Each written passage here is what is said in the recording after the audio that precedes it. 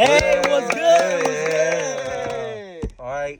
Hello, everyone, and welcome back to Fight Talk Radio. I'm Gabriel, and today we're diving into a topic that has been making waves in the MMA world: weight cutting. Is it time for fighters to ditch extreme weight cuts and compete at their natural rate? Joining me today, we got Randy and Ezekiel. What's up? Hello, Gabriel. I'm hyped up about this one. I've been waiting for this one. Weight cutting is such a hot topic at the moment, and I feel like we're just scratching the surface of how dangerous it really is. Yo, what's good, my little jits? It's Zekatron here. Yo, this is going to be good because, as fans, as analysts, as we see, these fighters around us, they struggle with weight cuts all the time, and it's wild how much it's affecting their health and careers, and nobody's doing anything about it. So let's see what we think. Let's see what we find. All right, yeah, we're going to be talking about 3 big points here, but Randy, why don't you get us started off with the first point give us a quick explainer here. Okay, so basically, to summarize, make a little anecdote. Weight cutting is when a fighter literally rips off pounds in the shortest span amount of time possible, just to get a lower weight class. Most of them do it even though it's not their natural weight. They do it the day or a week before their fights, mostly dehydrating or doing intense starving just to get to the lower weight classes. After they make the weight, they rehydrate and regain all lost pounds while also eating and gaining pounds, being above their supposed weight class. And yeah, this is just crazy to me because it's become so common. Guys believe that they're gonna come in here and have an advantage being the biggest man in the cage. The risks are astronomical, and they're doing this just to have a little weight advantage. And then in the end, sometimes they can't fight or they still lose. Some people are just gifted. Yeah, and that brings us to our main point. Ezekiel, why is weight cutting so dangerous? Let's get into the science and the health aspect of it all. So I guess I'm gonna be the nerd on this one, and I'm just gonna dive into the science a little bit. It's true, in the process of dehydration by these athletes, it not only leads to a loss of water, but also a lot of electrolytes that are important to the brain and muscles. And the main thing they do is not drink water. And obviously, I don't know if you've ever played basketball, been outside in the heat, but that Gatorade saved your life, and they can't even drink water. The dehydration that they do and the lack of electrolytes, it puts them more at risk for injuries such as concussions because their brain literally has less cushion from the spinal fluid. Long-term damages include kidney failure, cardiovascular diseases, and death. And I don't think this is really worth the risk of just fighting people that are 15 pounds less than you. And it's not solely just scientific hypotheses. There's real life examples of this happening. So Gabriel, tell us about Khabib and what happened to him. Oh yeah, it's one of the most infamous cases of weight cutting. Now, before I want to say anything, Khabib was always known as being big for the weight class, Khabib Nurmagomedov. He would honestly walk around 190, 200, but fight at the 155-pound division of the UFC. And the weight cut that Khabib had to do for UFC 209 is probably the most frightening example of it. And the reason why he had to be hospitalized because of it is because he had complications with him cutting too much weight, and he had to be taken directly to the hospital.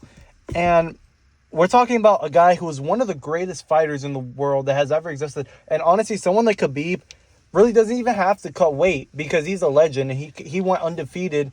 And yeah, he was big for the division, but I felt like if he would have just fought maybe at welterweight at 170, he could have had equal success.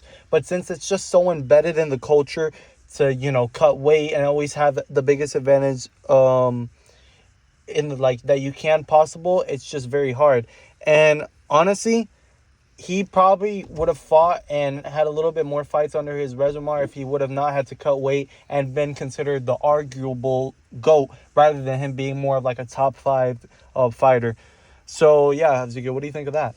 Obviously, the example you brought up is a great example because Khabib, obviously, he's known as the lightweight GOAT, this and that. And the other person that's in the argument is somebody he trained with, Islam, which is one of his training partners, the person below him. And they're also known for being a weight bully. That they fight at the same division, 155, and they usually walk around 190, 200. In my opinion, that's truly not fair. But instead of just focusing on maybe the higher weight classes, I'm going to also talk about how it can affect the lower weight classes. A good example of this is Renan Barrio. He fights at bantamweight, which is 135. And then on UFC 175, he passed out from weight cut.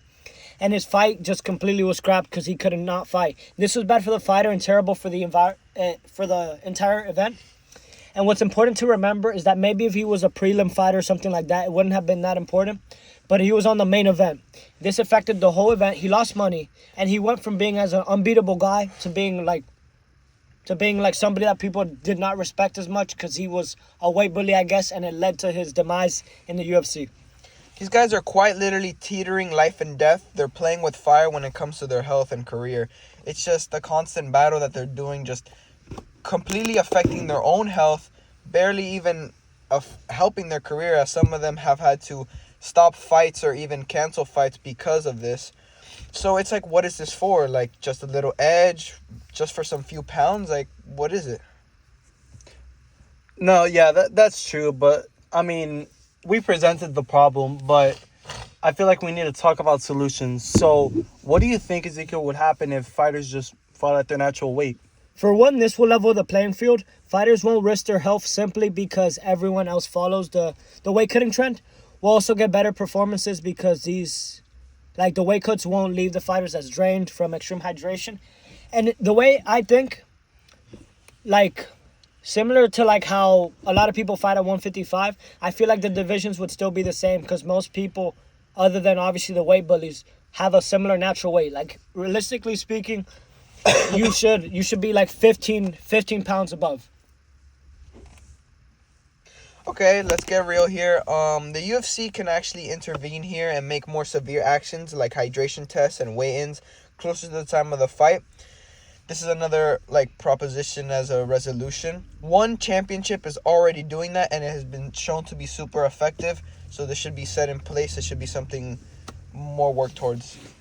Yeah, I'm not gonna lie. One example is a good. What they actually do is they do healthy weight cutting during the hydration. Like, they make sure the fighters stay hydrated so they don't really get too injured when they're fighting. And another benefit, longevity. Fighters like Robert Whittaker and Israel Adesanya compete close to the natural weight, and they've had amazing careers with fewer health issues. It's a win-win. It's better fights, healthier fighters, fewer last-minute cancellations. Yeah, all in all, good thing. All right, we're almost out of time. Do you guys have any final thoughts? Honestly, a little thing I noticed, a fighter that just won on the most recent card, Yuri, I don't know his name, but his name is Yuri, and he only fights, I believe, 3 pounds above his natural weight class, and I think that's beautiful for the UFC, and that's how it should be. Yeah, that sounds good. So, we presented the problem, we explained why it's a problem, and presented a possible solution. So, UFC, if you're out there, maybe take some notes to prevent injury and make the sport of MMA healthier in general. But anyway, this has been Fight Talk Radio, and we'll come to you guys next time with our next topic of discussion, and we'll see y'all later. This is us signing out. Yeah.